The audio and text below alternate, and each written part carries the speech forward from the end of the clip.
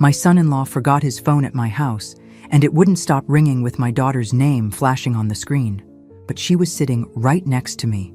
When I answered and heard that sultry voice purring, "Hey baby, I can't wait to see you tonight," I knew my perfectly organized little world was about to explode. That voice belonged to Jessica Parker, the real estate agent who'd helped us buy this house 5 years ago. Where are you watching from today? Drop your location in the comments below and hit that like and subscribe button. Let me take you back to how this delicious disaster unfolded.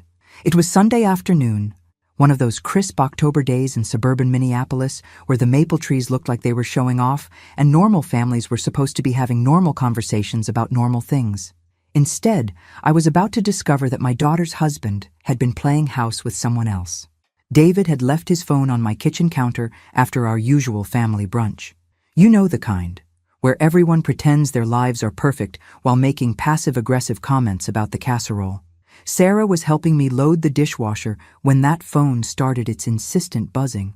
"Sarah, honey," David's phone announced in that annoying automated voice. "Sarah, honey calling." My daughter looked up from rinsing plates, her blonde hair catching the afternoon light. "That's weird. I'm right here. Why would I be calling David?" But I recognized that voice the moment I answered. Jessica Parker, the woman who'd spent 6 months showing us houses, who'd been just a little too helpful, a little too available, a little too interested in David's opinion on everything from granite countertops to school districts. "Well, hello there, sexy," she purred into my ear. "I've been thinking about last night all morning. When can you slip away from the family drama?" The plate Sarah was holding crashed into the sink. David came rushing into the kitchen at the sound of breaking ceramic, took one look at his phone in my hand and Sarah's face, and went pale as Minnesota snow in January. The silence stretched like taffy until Sarah finally spoke. "Mom," she whispered, staring at her husband. Who was that? Now here's where most mothers-in-law would hand the phone back and pretend they hadn't heard what they'd heard. But I've never been most mothers-in-law. At 68, I'd survived my own cheating husband, a bitter divorce, and raising Sarah as a single mother while building my own accounting practice. I don't do denial anymore. "That was Jessica Parker," I said clearly, watching David's face cycle through expressions like a broken slot machine. "And she seems to think she was talking to someone who spent last night with her." Sarah's wedding ring caught the light as she gripped the edge of the sink. They'd been married for 3 years. 3 years of Sunday brunches where David played the perfect son-in-law, complimenting my cooking and asking about my week.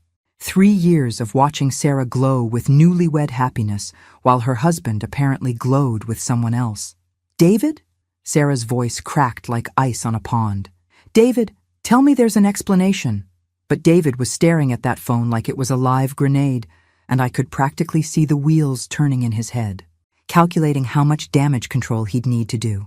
That's when I realized this wasn't just about catching a cheater. This was about watching my daughter's heart break in real time while her husband decided which lie would work best. And something fierce and protective rose up in my chest, something that had been dormant since Sarah left for college. The afternoon sun was still streaming through my kitchen windows, the coffee was still warm in our mugs, and the broken plate still lay in pieces in my sink. But everything had changed in the space of one misdirected phone call. David opened his mouth to speak, and I knew whatever came next would either save my daughter's marriage or destroy it completely. "It's not what you think," David said, which is exactly what every cheater says when it's precisely what you think. Sarah laughed, but it wasn't a happy sound. It was the kind of laugh that comes right before someone either throws something heavy or has a complete breakdown. "It's not what I think? David, she called you sexy and mentioned last night? What exactly should I be thinking?" I watched my son-in-law's face cycle through his options. Deny everything? Claim it was a misunderstanding? Blame the victim? After 40 years of watching people try to explain away their financial indiscretions in my accounting office, I could read guilt like a balance sheet. "Look, Jess is she's got boundary issues," David said, running his hand through his dark hair. "You know how she is. Always a little too friendly, a little too flirty. She probably had a few drinks and decided to call and mess with me." Oh, he was good. Not good enough, but good. Sarah wanted to believe him. I could see it in the way her shoulders relaxed slightly, the way she desperately grabbed onto his explanation like a life preserver. But I'd heard that voice. Jessica Parker hadn't been drunk dialing for kicks. She'd been talking to her lover, someone she was comfortable with, someone who'd apparently spent the night with her recently. "Sarah, sweetie," I said carefully, "maybe you should check David's phone, see if there are other calls or messages from Jessica." David's hand shot out reflexively, reaching for his phone. "That's not necessary." "Sarah, you know I'd never—" "Then you won't mind if I look," Sarah interrupted, her voice gaining strength. She held out her hand expectantly. The kitchen went quiet except for the ticking of my grandmother's clock on the wall. David stood frozen, his phone still in my grip, his wife's hand extended between us like a bridge he'd have to cross or burn. "Of course not," he said finally, but his voice had lost all its conviction. "I just think it's unnecessary drama over a drunk woman's inappropriate phone call." I handed the phone to Sarah, watching David's Adam's apple bob as he swallowed hard. Sarah's fingers moved across the screen with growing urgency. Her face went from hopeful to confused to absolutely devastated in about 30 seconds. 15 calls this week," she whispered. 15 calls to and from Jessica Parker. Text messages. Her voice trailed off as she read. Then she looked up at David with tears starting to form. "She texted you at 11 last night saying, 'Thanks for an amazing evening. Can't wait for Tuesday.' David, what happens on Tuesday?" "Tuesday." I filed that away for future reference. David's shoulders sagged like someone had let all the air out of him. "Sarah, I can explain. Can you explain this one too?" Sarah's voice was getting stronger, angrier. "From 3 days ago. The lingerie you like is on sale at Victoria's Secret. Should I pick up something new for Thursday?" My accounting brain was automatically cataloging the evidence. Multiple phone calls, intimate text messages, specific references to spending time together, a pattern of deception spanning weeks, maybe months. But my mother's heart was breaking watching Sarah's world crumble in real time. "How long?" Sarah asked quietly. David looked like he was going to be sick. "Sarah, it's complicated." "How long?" "6 months," he whispered. The words hit the kitchen like a physical blow. 6 months. Half a year of Sunday brunches where David had looked me in the eye and asked about my week while he was screwing around with the woman who'd sold us this house. Half a year of watching Sarah plan their future while he was planning his Tuesday and Thursday nights with someone else. Sarah set the phone down on the counter with deliberate care, like it was made of explosive material. Then she walked to the kitchen island and gripped the edge until her knuckles went white. "I need you to leave," she said to David without looking at him. "Sarah, please let me explain." "Leave, now. Go to Jessica's house, go to a hotel, go to hell for all I care. But get out of my mother's house and don't you dare follow me when I leave." David looked at me like I might intervene on his behalf. I raised an eyebrow that clearly said, "Not in this lifetime, sweetheart." After he slunk out like the coward he was, Sarah and I sat in my living room with fresh coffee and the ruins of her marriage spread out between us like a crime scene. "I should have known," she said, staring into her mug. "All those late nights, all those work dinners, all those times he couldn't quite meet my eyes when I asked about his day. I wanted to comfort her, to tell her it wasn't her fault, that cheaters are experts at deception. But I also wanted to know exactly how deep this betrayal went. "Sweetheart," I said gently, "what else might he be hiding?" Sarah looked up at me with red-rimmed eyes that suddenly held a spark of something dangerous. "You know what, Mom? I think it's time we found out." Monday morning found Sarah and me sitting in my home office like two generals planning a campaign. Sarah had called in sick to work, which was probably wise considering she looked like she'd been hit by an emotional freight train. But underneath the devastation, I could see something else emerging. Pure, focused fury. And nothing is more dangerous than a furious woman with an accounting degree for a mother. "I've been thinking about this all night," Sarah said, spreading papers across my desk. "If David's been lying about Jessica, what else has he been lying about?" Smart girl. I'd taught her well. "What kind of access do you have to your joint accounts?" "Everything. Online banking, credit cards, investment accounts. David always said he trusted me completely with our finances." She laughed bitterly. Turns out his trust issues were in a completely different area.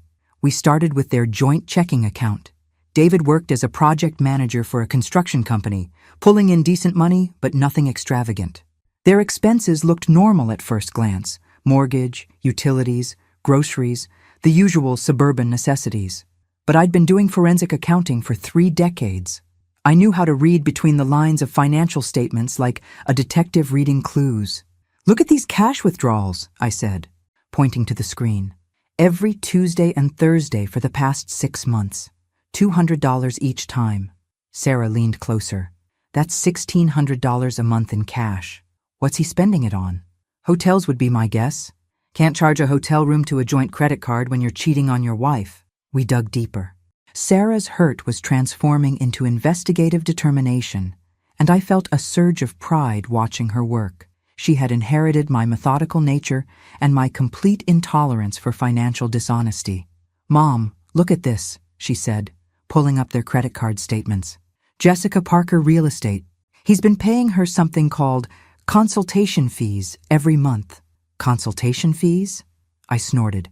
"Unless she's consulting on bedroom techniques, I'd say that's creative billing." $600 a month in consultation fees," Sarah muttered. "For what? We bought our house 3 years ago." As we continued digging, the picture got worse. David had taken a second mortgage on their house without telling Sarah. Completely illegal since both their names were on the deed. He'd opened a credit card in his name only and run up $15,000 in debt. He'd even cashed out his 401k early and paid the penalties. "Sarah," I said quietly, "honey, I think David's in serious financial trouble." She was staring at the screen with an expression I recognized from my own mirror after my divorce, the look of someone realizing they'd been living with a stranger. "The consultation fees," she said slowly. "Mom, what if Jessica isn't just his mistress? What if she's helping him hide money?" Brilliant. Absolutely brilliant. I felt another surge of maternal pride. "Let's look at Jessica's real estate business," I suggested. "See what properties she's been handling recently." A few strategic Google searches later, we'd found Jessica Parker's real estate website and her recent sales history. Nothing immediately suspicious, but then Sarah found something interesting. "Look at this property she sold 6 weeks ago," Sarah said, pointing to a listing. 123 Elm Street. Sold to DB Enterprises for cash, well below market value. DB Enterprises, I mused. David Bradley Enterprises. Perhaps? But how would David have cash to buy a property? That was the $1,000,000 question. Or rather, the $150,000 question based on the property value. I was about to suggest we call my friend Martha, who works at the county clerk's office, when Sarah's phone rang. David's name appeared on the screen. "Answer it," I said, "but put it on speaker." "Sarah?" David's voice filled my office, sounding desperate and exhausted. "Please, we need to talk. I know you're angry." "Angry?" Sarah's voice could have flash-frozen water. "David, angry is when you leave the toilet seat up. This is beyond angry.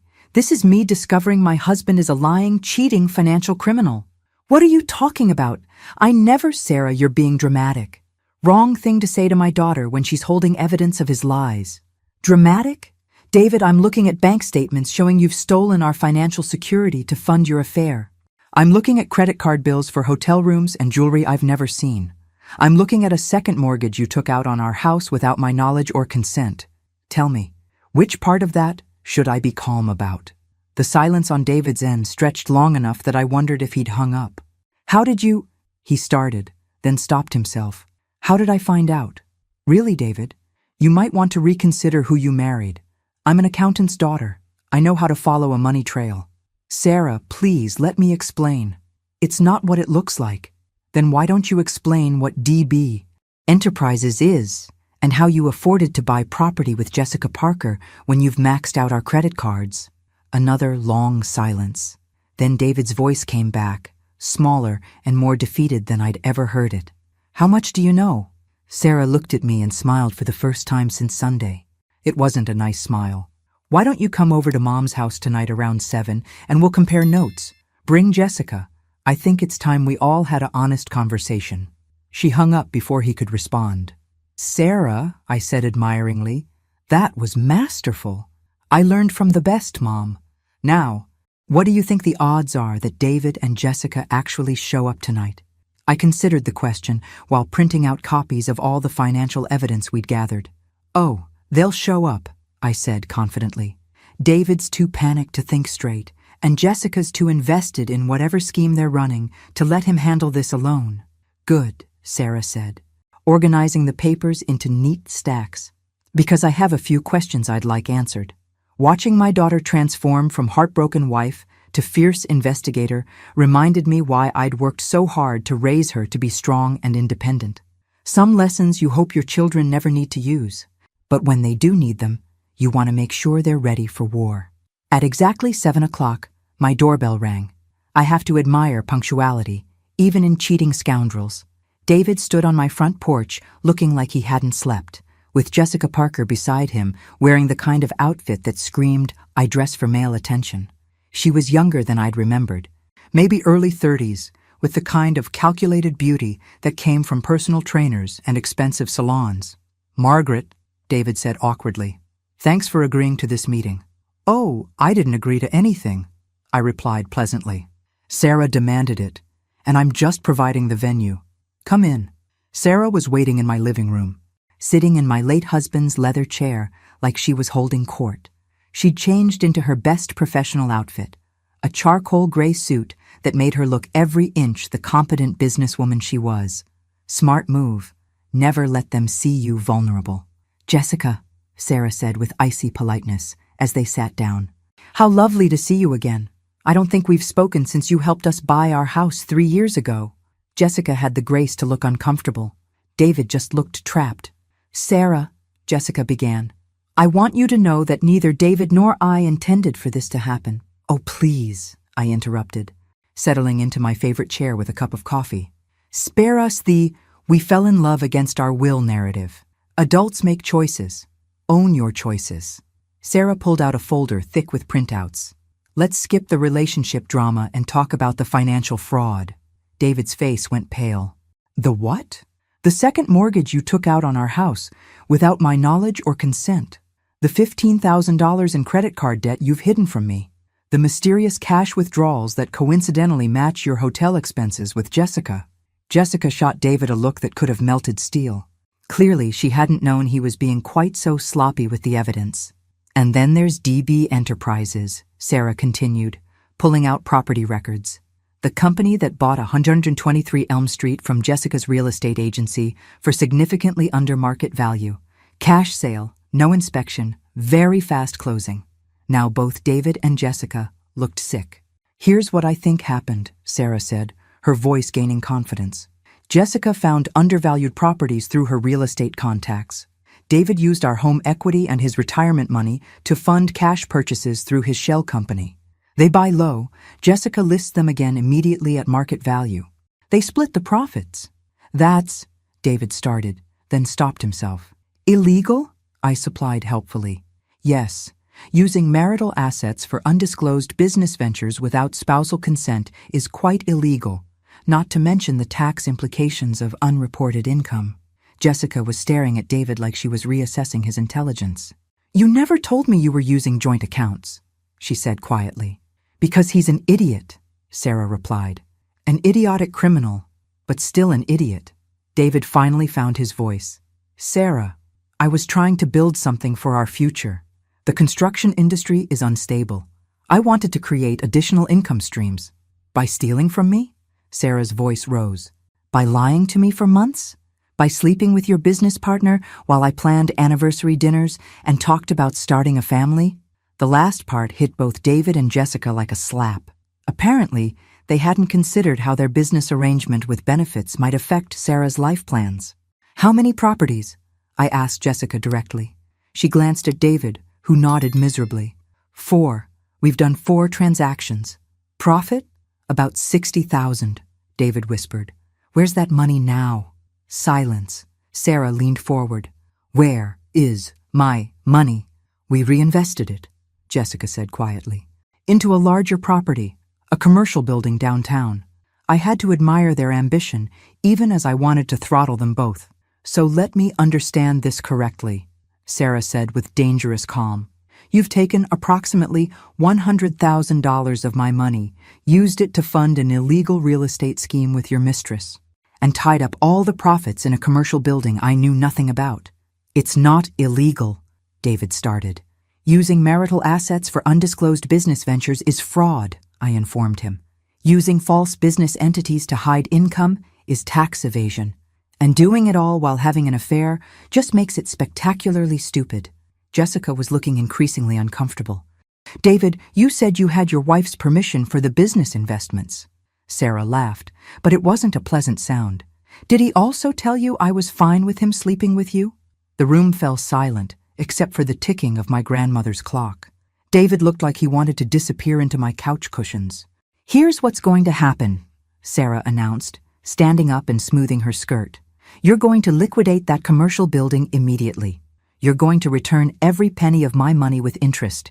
You're going to pay back the second mortgage and close those secret credit cards. And if we refuse? Jessica asked with a hint of challenge in her voice. Sarah smiled, and I felt a surge of maternal pride at how magnificently fierce my daughter looked in that moment. Then I call the IRS about your unreported income, the state licensing board about your real estate ethics violations, and my friend at the newspaper who writes about local business crime. Your choice. David opened his mouth to argue, but Jessica cut him off. How long do we have? 30 days, Sarah said. Full financial restitution and a signed confession detailing everything you've done. In exchange, I don't destroy both your careers and have you prosecuted for fraud. After they left, Sarah collapsed back into the chair and let out a shaky breath. Honey, I said gently, that was incredible. I learned from watching you handle Dad's creditors after the divorce, she said. You taught me that people only respect strength. What are you going to do about the marriage? Sarah was quiet for a long moment, staring out my front window at the darkening neighborhood. I don't know yet, she admitted, but I know what I'm not going to do. I'm not going to be the wife who pretends this never happened for the sake of keeping the peace. I reached over and squeezed her hand. Whatever you decide, you've got my full support. Thanks, Mom, for everything, for letting me figure this out here, for helping me investigate, for teaching me to fight back. That's what mothers are for, sweetheart. But as I watched Sarah gather up all the evidence we'd compiled, I couldn't shake the feeling that David and Jessica wouldn't go quietly. People with this much to lose rarely do. I just hoped my daughter was ready for whatever came next. 3 weeks later, my phone rang at 6 in the morning. Sarah's voice was tight with panic. Mom, they're gone. David and Jessica. I went to the house yesterday to get some more clothes, and all his stuff is gone. His car, his computer, everything. I sat up in bed, immediately alert. What about the commercial building? The money? I called the property management company. The building was sold 2 days ago. Cash transaction, all proceeds wired to an offshore account in the Cayman Islands. Those lying, thieving bastards. I'd underestimated their desperation and overestimated their stupidity. How much? I asked, though I dreaded the answer. $250,000. They took everything, Mom.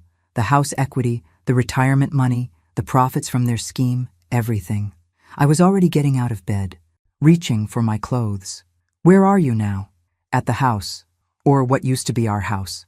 I guess it's just my house now, if I can afford to keep it. I'm coming over. Don't touch anything else until I get there. The drive to Sarah's house gave me time to think and get angry. Really angry. The kind of anger that comes from watching someone hurt your child and realizing they've been planning it all along. Sarah met me at the door looking exhausted and defeated. The house felt empty in a way that had nothing to do with missing furniture. They planned this, I said, as we stood in David's cleaned-out office.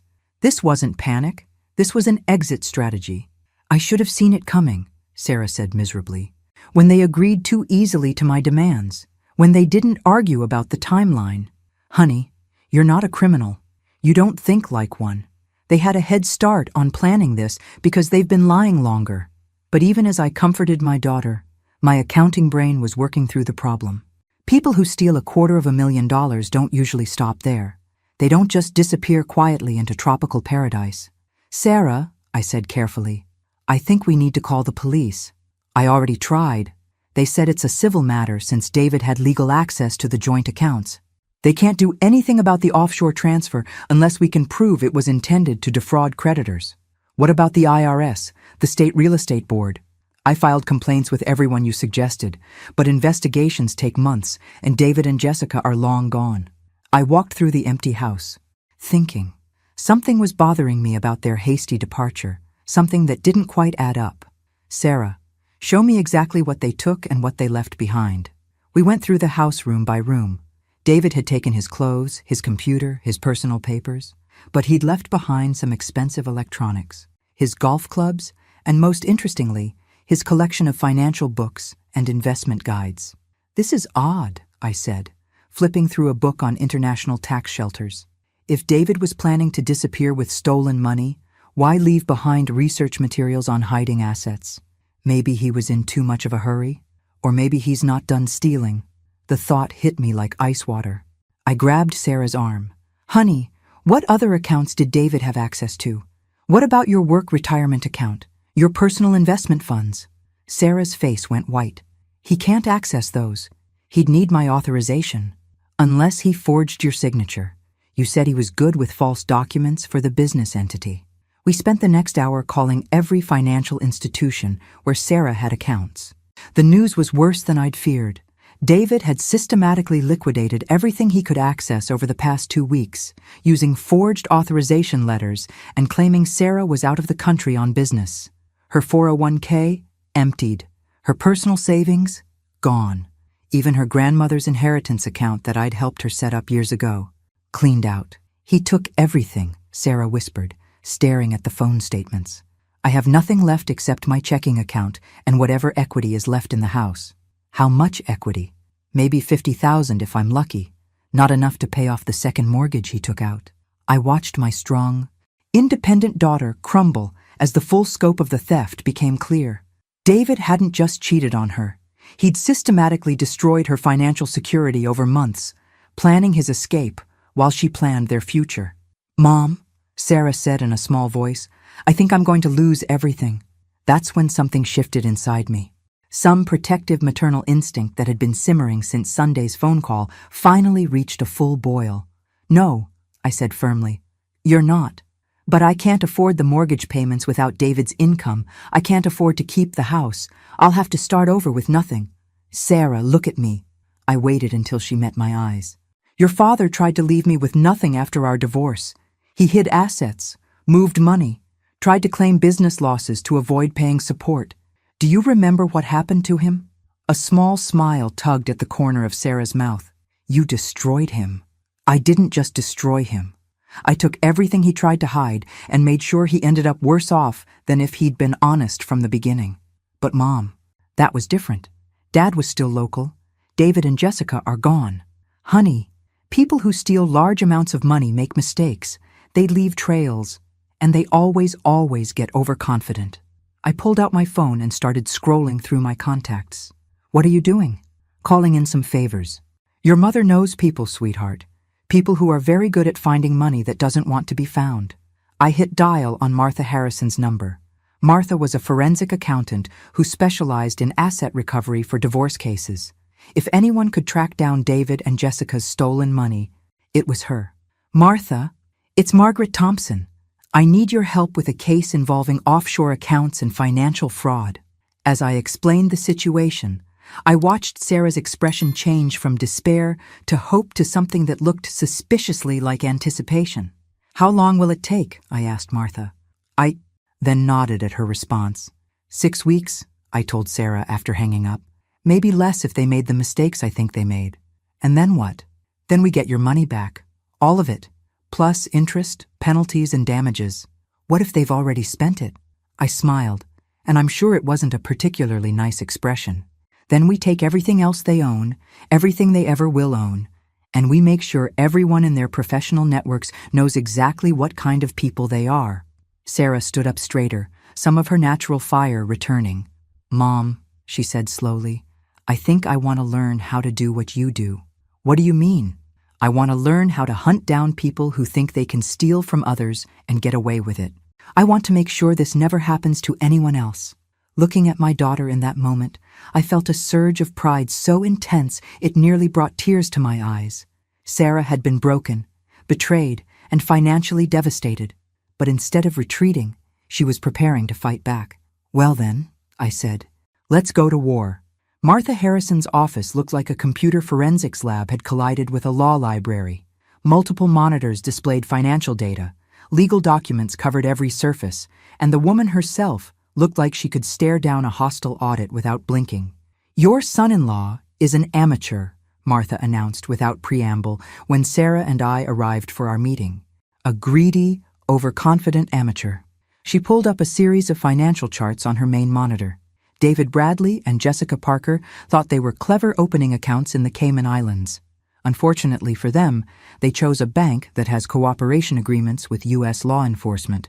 "You found the money?" Sarah asked, leaning forward. "I found all of it. Plus, I found something much more interesting." Martha clicked to a new screen. "They didn't just steal your money, Sarah.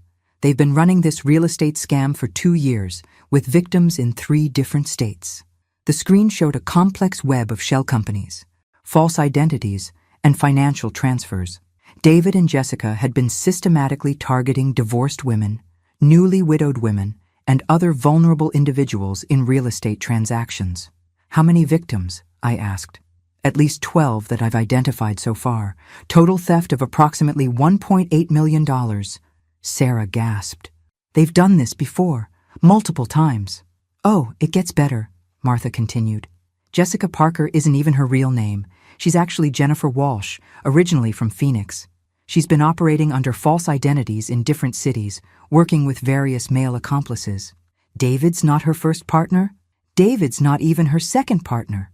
I found evidence of similar schemes in Colorado and Texas, with different men. She recruits local men with financial problems or gambling debts, seduces them, and uses them to access victims' accounts and properties." I felt a cold satisfaction watching this information sink in for Sarah. Her husband hadn't been special to Jessica. He'd been a tool, a useful idiot with access to money. "Where are they now?" Sarah asked.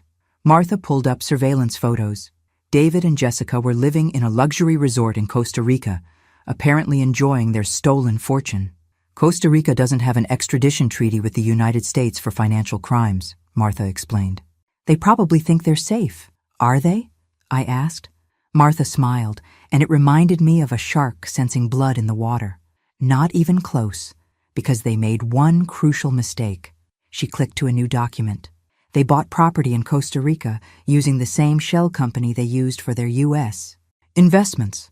That makes it proceeds from illegal activity, which means we can freeze it. "How?" "I've already filed paperwork with the FBI's International Asset Forfeiture Unit. By tomorrow, their Costa Rican bank accounts will be frozen and their property seized pending investigation." Sarah was staring at the monitor in amazement. "They're going to lose everything?" "Everything they bought with stolen money, yes. But Sarah, there's something else you need to decide." Martha pulled up another file. "The FBI wants to prosecute this as an organized fraud conspiracy. If you're willing to testify against them, they're looking at serious federal prison time." "How serious?" 10 to 15 years. Minimum. I watched my daughter consider this. 3 weeks ago, she'd been a trusting wife planning anniversary dinners. Now she had the power to send her husband to federal prison for more than a decade. What happens if I don't testify? They might get reduced charges, serve maybe 3 to 5 years. But the other victims deserve justice too.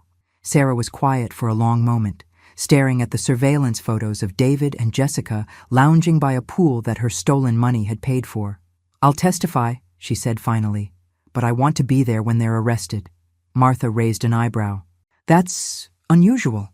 "Unusual situations call for unusual approaches," I said. "Is it possible?" "The FBI is coordinating with Costa Rican authorities for the arrest. If you're willing to travel to Costa Rica and work with federal agents, they might allow you to observe." Sarah turned to me. "Mom, want to take a trip?" 2 weeks later, Sarah and I were sitting in an FBI surveillance van outside the Hotel Presidente in San Jose, Costa Rica, watching federal agents prepare to arrest David and Jessica. Agent Rodriguez had been surprisingly accommodating about letting us observe the operation. Apparently, victims who were willing to travel internationally to see justice done earned a certain amount of respect from law enforcement. "Target acquired," came the voice over the radio. "Male subject is at the pool bar. Female subject is in the spa." Through the van's tinted windows, I could see David sitting alone at the poolside bar, wearing expensive clothes and looking like he didn't have a care in the world. The sight filled me with cold satisfaction. "This is happening," Sarah said quietly. "They're really going to be arrested." "Yes, they are. And then they're going to learn what happens when you steal from a mother and daughter who don't forgive easily." The coordinated arrest was beautifully executed. David never saw it coming. One moment he was sipping a tropical drink. The next he was face down on the pool deck with federal agents reading him his rights in English and Spanish. Jessica's arrest at the spa was equally satisfying. According to Agent Rodriguez, she tried to claim she was an innocent victim of David's schemes right up until they showed her evidence of her previous aliases and prior conspiracies. "Mrs. Thompson, Mrs. Bradley," Agent Rodriguez said, as the suspects were loaded into separate vehicles. "They'll be extradited to the United States within the week. The trial should begin in about 6 months." "What about the money?" Sarah asked. "Full restitution to all victims is part of the plea agreement the prosecutor is offering. If they don't take the plea, we'll seize everything anyway, and they'll face maximum sentences." As our plane lifted off from San Jose that evening, Sarah finally spoke. "I keep waiting to feel sorry for David," she said. "But I don't. Why should you feel sorry for someone who systematically destroyed your life for his own profit? I thought I'd feel, I don't know, guilty? Like maybe I was being too harsh?" I looked at my daughter, this strong woman who'd been through hell and come out fighting. "Sarah, David made choices. He chose to steal from you. He chose to lie to you. He chose to plan his escape while you planned your future together. You didn't make him a criminal. You just refused to be a victim. What happens now? Now we go home. You rebuild your life, and we wait for justice to take its course." But even as I said it, I knew this wasn't really over. David and Jessica would have lawyers, they'd have appeals, they'd have opportunities to cause more problems. That's when I started planning phase 2 of our campaign. Because sometimes justice needs a little help to truly be served. 6 months later, I sat in the federal courthouse watching David squirm in his defendant's chair as Sarah testified about the systematic theft of her financial security. She was magnificent, clear, precise, devastating in her factual recounting of his betrayal.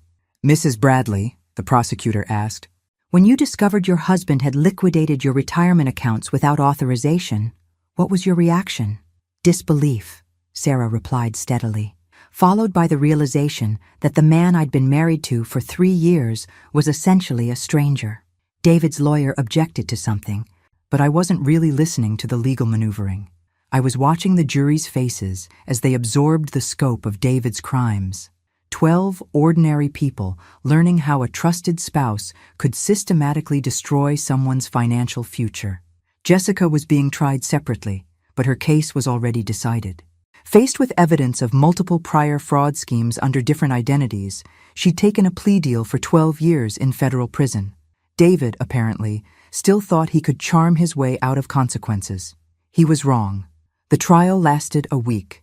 The evidence was overwhelming: financial records, recorded phone calls, surveillance footage, testimony from other victims across 3 states. David's defense strategy seemed to consist entirely of claiming he'd been manipulated by Jessica, which might have been more convincing if the prosecution hadn't presented evidence that he'd been researching international money laundering methods months before he met her. When the jury delivered their verdict, guilty on all counts, David finally looked like he understood the magnitude of his situation. 15 years in federal prison, full restitution to all victims, and a criminal record that would follow him for the rest of his life. But as satisfying as the conviction was, I'd learned something important during the investigation. David and Jessica were small fish in a much larger pond. "Agent Rodriguez," I said, as we left the courthouse, "what happens to the real estate professionals who helped them with these transactions? The banks that processed the suspicious transfers? The lawyers who created the shell companies?" "That's a much more complex investigation," he admitted. "A lot of these people claim they didn't know the transactions were part of a fraud scheme. But some of them had to know. Proving knowledge versus willful ignorance is difficult in court." That night, over dinner at my house, Sarah and I discussed what we'd learned from the trial. "It's not enough," Sarah said firmly. "David and Jessica going to prison doesn't help the real estate agents who are still out there setting up similar schemes. It doesn't protect the next vulnerable person from being targeted. What are you suggesting?" I want to start a business. Mom. Something that helps people avoid financial fraud and helps victims recover when it happens anyway. I set down my coffee cup and looked at my daughter with growing admiration. What kind of business? Financial security consulting. We help people review their financial arrangements before major life changes, marriage, divorce, retirement.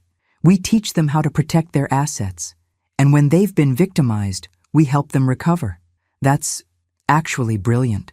I've been thinking about it for months. All the research we did, all the techniques Martha taught us, all the connections we made with law enforcement, we could use that knowledge to help other people. The more she talked, the more excited I became.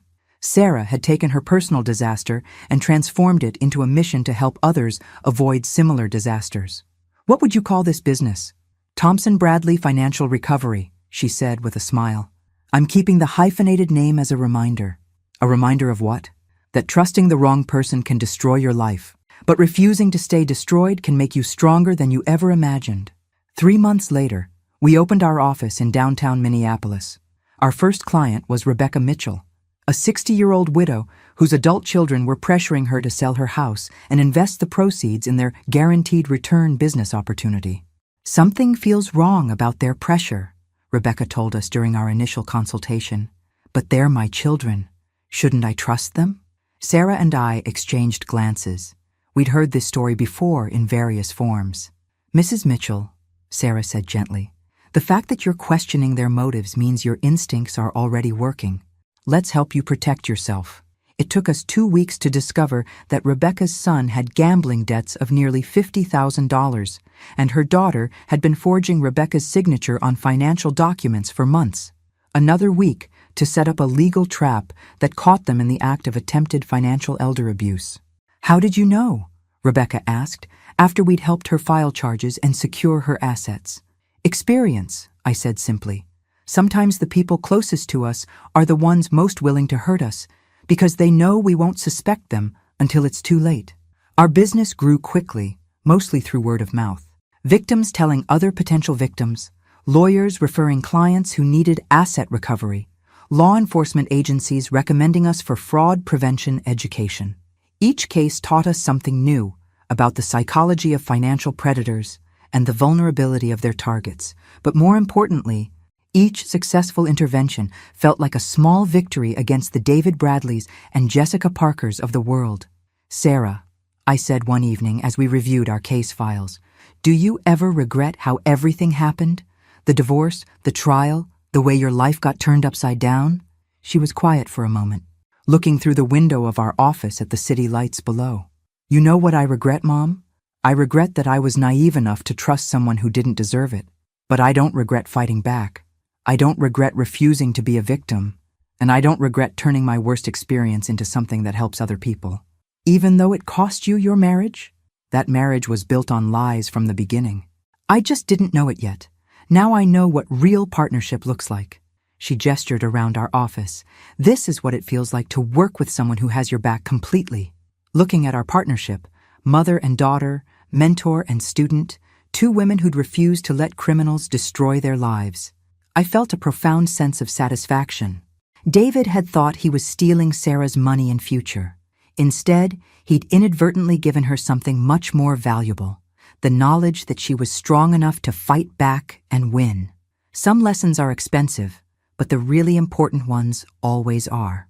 A year after David's conviction, our phone rang with the kind of case that makes your blood run cold.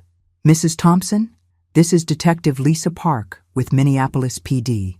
We have a situation that might require your expertise. I put the call on speaker so Sarah could listen.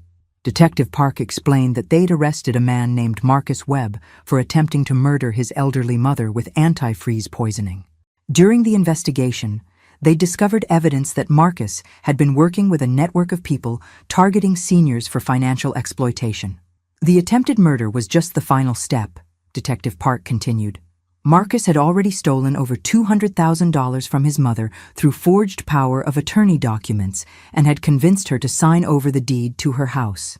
What do you need from us? Sarah asked.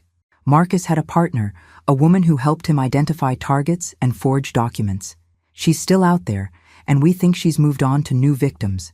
We need someone who understands financial fraud to help us identify her pattern. An hour later, we were sitting in a police conference room looking at evidence that made my stomach turn. Photos of elderly victims, financial records showing systematic theft, and a clear pattern of predatory behavior targeting the most vulnerable members of society. The woman calls herself Patricia Kane, Detective Park explained. But like your previous case, we suspect that's another false identity.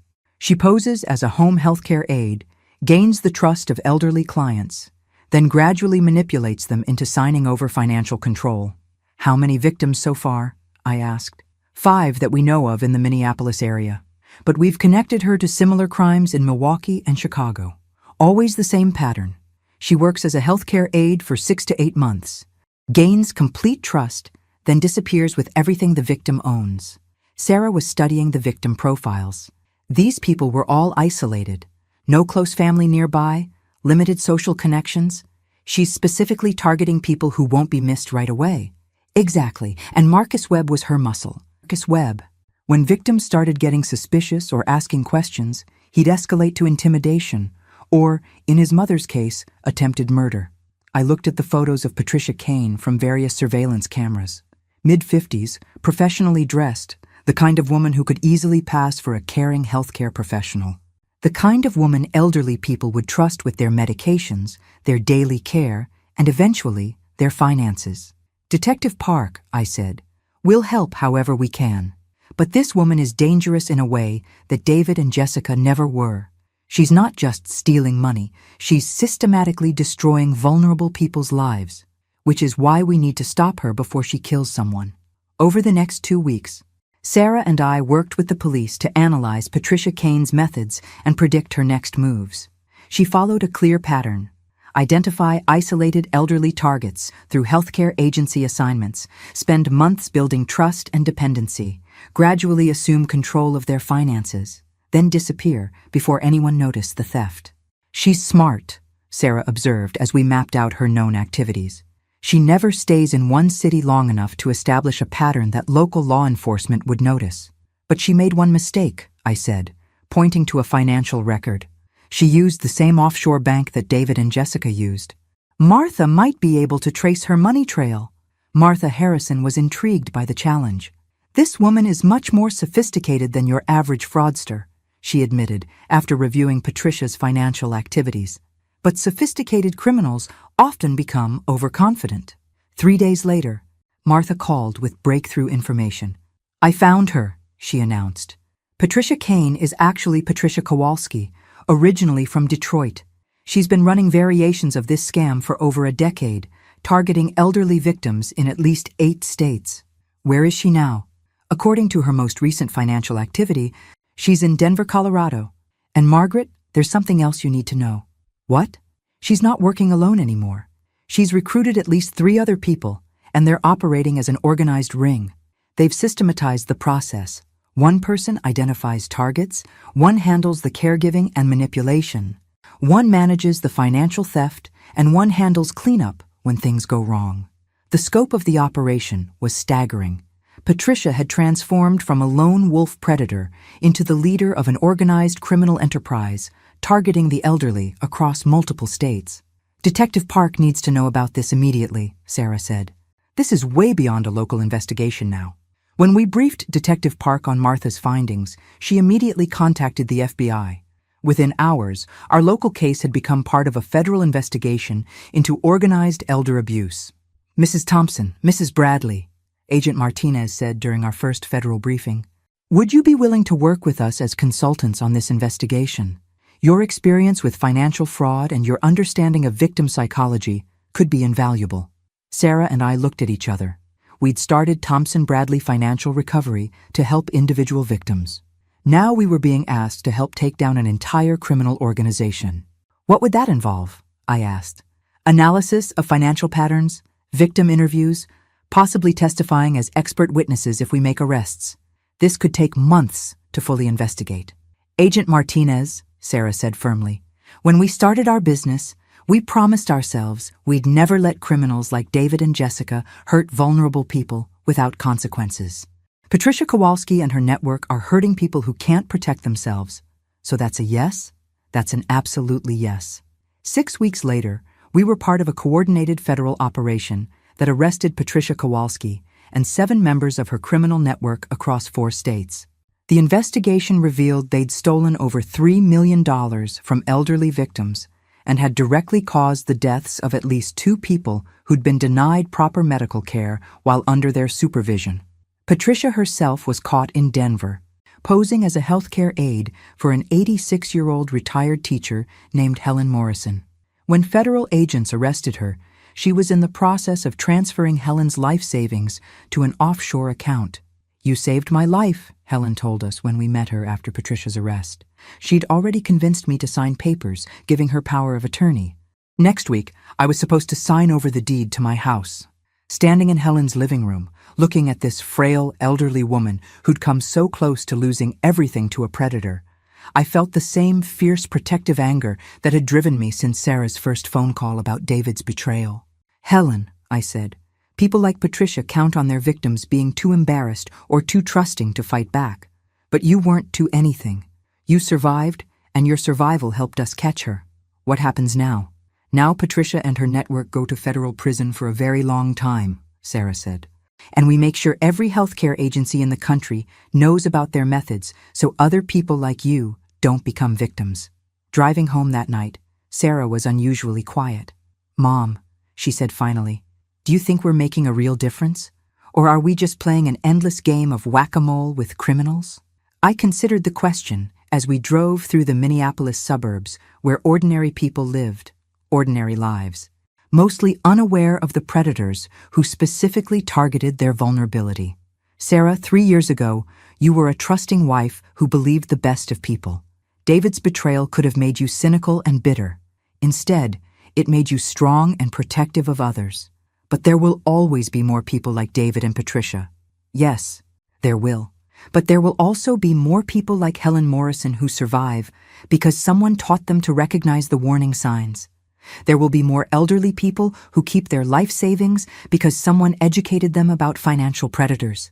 You really think we're making a difference? I think we're making the difference we can make. And sometimes that's enough." But even as I said it, I knew our biggest case was still coming. Because Patricia Kowalski had mentioned something during her interrogation that kept me awake at night. She'd talked about a mentor who'd taught her advanced techniques for manipulating elderly victims. Someone who'd been running these schemes for decades and had never been caught. Someone who was still out there teaching others how to destroy vulnerable people's lives for profit. That person was going to be our next target. I was sure of it. The call came on a Tuesday morning in March, exactly 2 years after David's first arrest. Agent Martinez's voice was tense with urgency. "Margaret, we need you and Sarah in Washington immediately. Patricia Kowalski is ready to talk about her mentor, but she'll only speak with you two present." "Why us specifically?" "She claims you're the only victims' advocates she trusts to understand the full scope of what she's been part of. She wants to make sure her information leads to real justice, not just another plea bargain." 6 hours later, Sarah and I were sitting in a federal detention facility outside Washington, D.C., facing the woman who'd terrorized elderly victims across 8 states.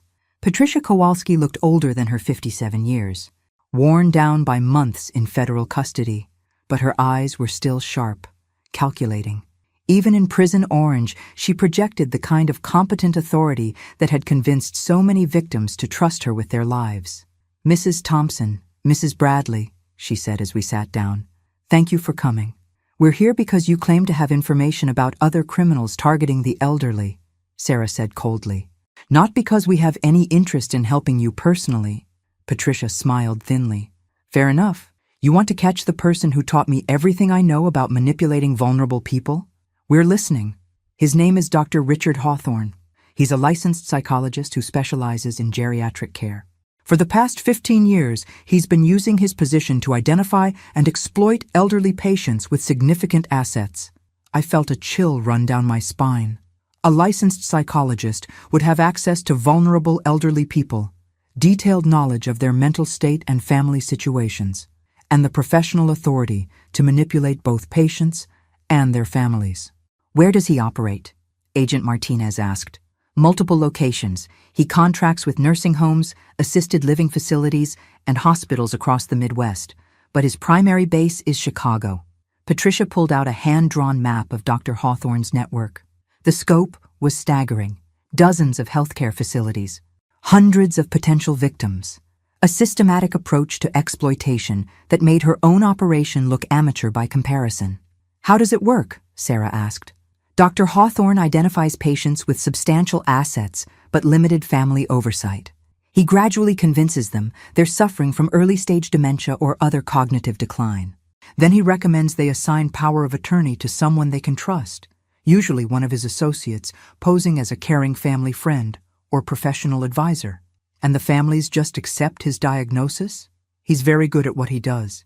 He documents everything carefully, uses medical terminology, provides convincing evidence of cognitive decline.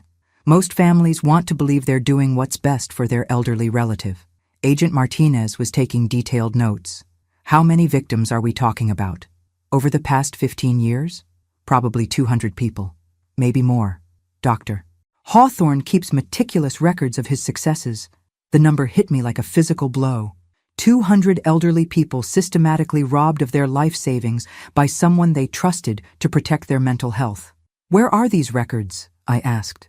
"He has a private office in downtown Chicago, separate from his official practice. That's where he keeps the files on his special patients and coordinates with people like me." "Patricia," Sarah said, "why are you telling us this now? What's in it for you?" Patricia was quiet for a long moment, staring at her hands folded on the metal table. "Because I realized something during these months in prison," she said finally. "I became a monster. I convinced myself I was just taking money from people who didn't need it anymore. But I was destroying lives. Real people. With families. With hopes. With dignity. And Dr. Hawthorne? He's worse than I ever was. Because he has the authority and credentials to convince people his abuse is actually medical care. He's turned elder exploitation into a respectable profession." Agent Martinez closed his notebook. "Patricia, if you're lying to us, or if this is some kind of manipulation to improve your situation—" "Agent Martinez," Patricia interrupted, "I'm already serving 25 years in federal prison. I have nothing left to gain or lose. But Dr. Hawthorne is still out there, recruiting new people like me, training them in advanced psychological manipulation techniques, building a network that spans multiple states." She looked directly at me. "Mrs. Thompson, you stopped me from destroying Helen Morrison's life, but Dr. Hawthorne destroyed dozens of people like Helen before I ever learned his name."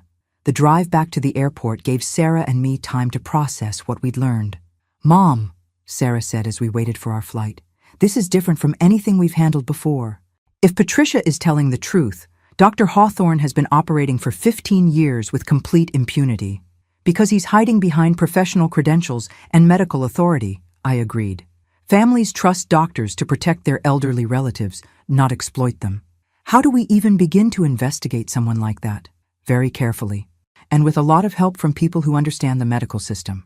But even as I said it, I knew this case would test everything we'd learned about investigating financial predators. Dr. Hawthorne wasn't just a criminal. He was a criminal with professional authority, institutional protection, and 15 years of experience in avoiding detection. 3 days later, we were back in Chicago, meeting with a team of federal investigators who specialized in healthcare fraud. The briefing was sobering. "Dr. Richard Hawthorne has an impeccable professional reputation," Agent Chen explained. "Licensed psychologist, published researcher, frequent speaker at geriatric care conferences. If he's running the operation Patricia described, he's been very careful to separate his criminal activities from his legitimate practice." "What's our approach?" I asked.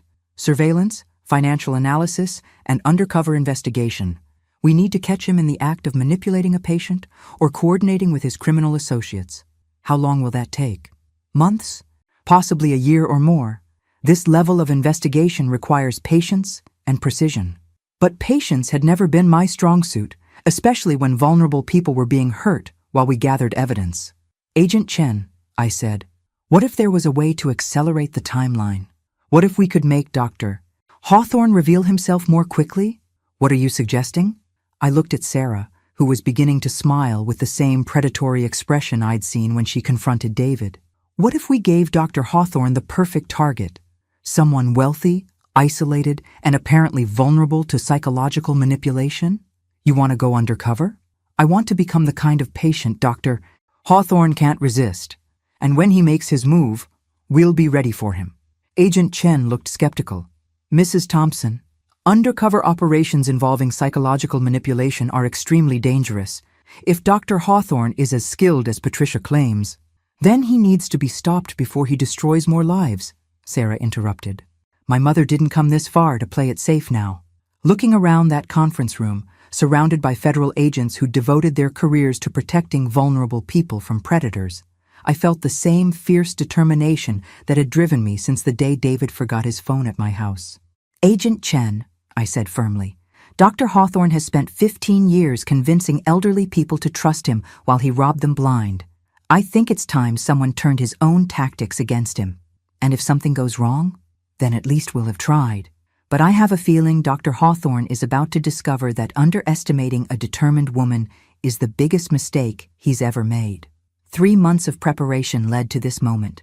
Me walking into Dr. Richard Hawthorne's private office as Margaret Williams, a recently widowed 72-year-old woman with early signs of memory problems and a substantial inheritance I didn't know how to manage. The office was designed to inspire trust. Warm lighting, expensive furniture, walls lined with diplomas and certifications. Dr. Hawthorne himself was exactly what central casting would order for a trustworthy physician. Silver-haired, kind eyes behind wire-rimmed glasses, and the sort of gentle demeanor that made you want to confide your deepest concerns. Mrs. Williams, he said, rising from behind his mahogany desk, please, have a seat. Your daughter mentioned you've been having some memory concerns since your husband's passing? Sarah, playing the role of my worried daughter, Linda, had set up this appointment after weeks of careful groundwork. We'd created an entire fictional history for the Williams family, complete with financial records showing substantial assets and a recent death that left me vulnerable and confused about managing money. Doctor, I'm so worried about her, Sarah said, her voice perfectly pitched with concerned daughter anxiety. She's been forgetting appointments, mixing up dates. And last week I found her trying to write a check for $18,000 to some charity she'd never heard of before. Dr. Hawthorne made careful notes, his expression growing more interested with each detail Sarah provided about my apparent cognitive decline and financial vulnerability. Mrs. Williams, he said gently, these kinds of changes after a significant loss are quite common. The stress of grief can absolutely affect memory and decision-making capabilities. I played my part perfectly, thanks to weeks of coaching from FBI behavioral specialists, confused but trying to maintain dignity. Worried about my mental state but defensive about my independence. Exactly the kind of patient Dr. Hawthorne had been exploiting for 15 years. I just don't understand all these financial things Harold used to handle, I said, allowing my voice to quaver slightly. The lawyers keep sending me papers about trusts and investments, and it's all so confusing. How much are we talking about, Mrs. Williams? In terms of assets that need management? There it was. The question that revealed his true interest wasn't in my mental health, but in my financial worth. Well, I said, pretending to be uncertain, Harold left me the house, which is worth about $400,000, and there's some kind of retirement account worth maybe $700,000, plus his life insurance. I trailed off as if the numbers were too overwhelming to contemplate. Dr. Hawthorne's eyes lit up briefly before he controlled his expression. $1.2 million was exactly the kind of target that had made him wealthy over the past 15 years. Mrs. Williams, that's a substantial amount of money to manage, especially during a time of grief and adjustment. Have you considered establishing a power of attorney arrangement?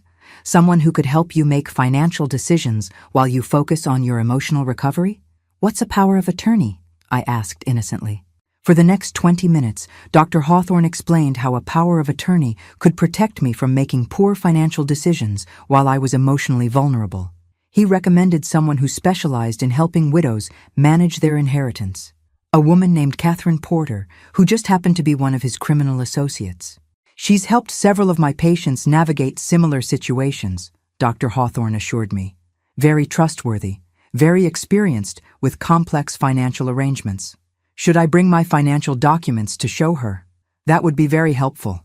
Bank statements, investment accounts, insurance policies, anything that gives her a complete picture of your situation. Everything was proceeding exactly as Patricia Kowalski had predicted. Dr. Hawthorne was following the same pattern he'd used on hundreds of victims. Establish trust through medical authority, convince them they needed help managing their finances, then refer them to an associate who would systematically steal everything they owned.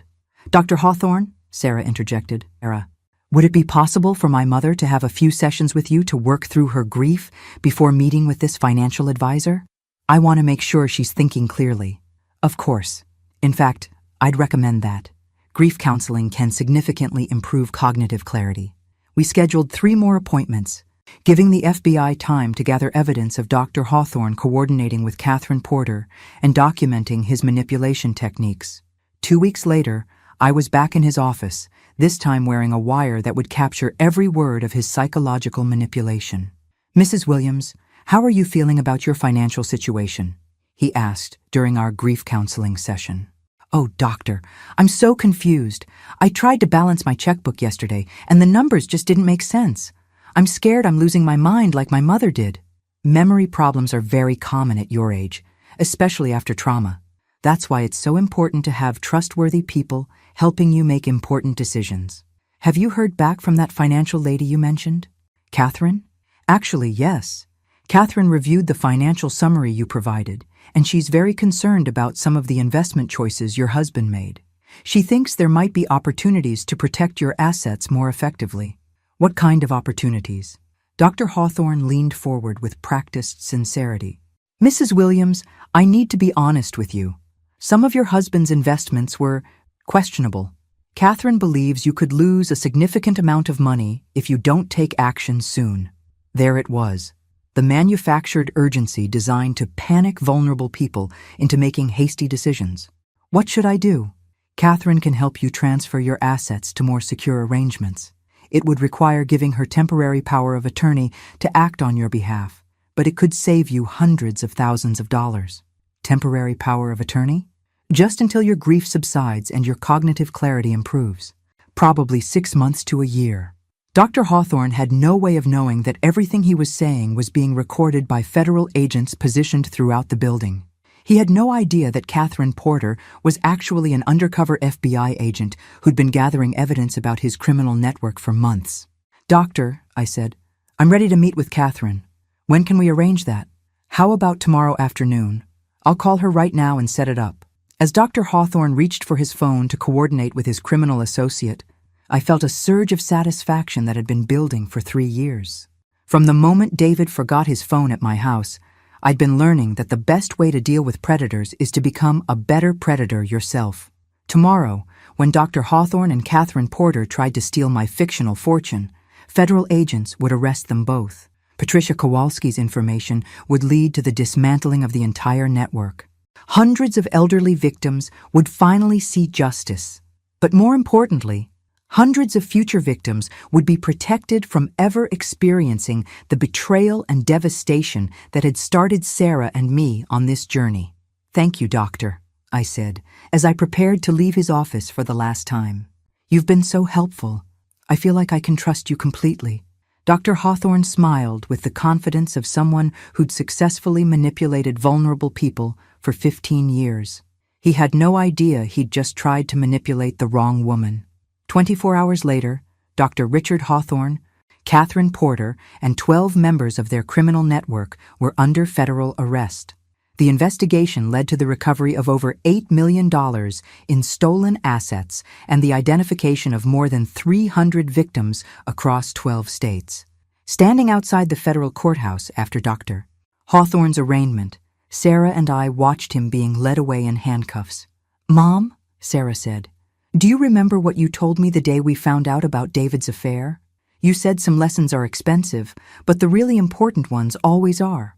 "I remember." "What was the lesson we learned?"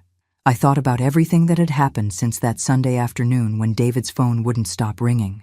The betrayal, the investigation, the trial, the business we'd built, the criminals we'd caught, the victims we'd protected. We learned that being betrayed by someone you trust is devastating, I said finally. But refusing to stay a victim can transform you into someone stronger than you ever imagined. And we learn that the best revenge isn't getting even. It's becoming someone who protects others from experiencing what you survived. Sarah smiled and linked her arm through mine as we walked away from the courthouse. You know what, Mom? I think David accidentally did us a favor. How's that? He thought he was stealing my money and my future.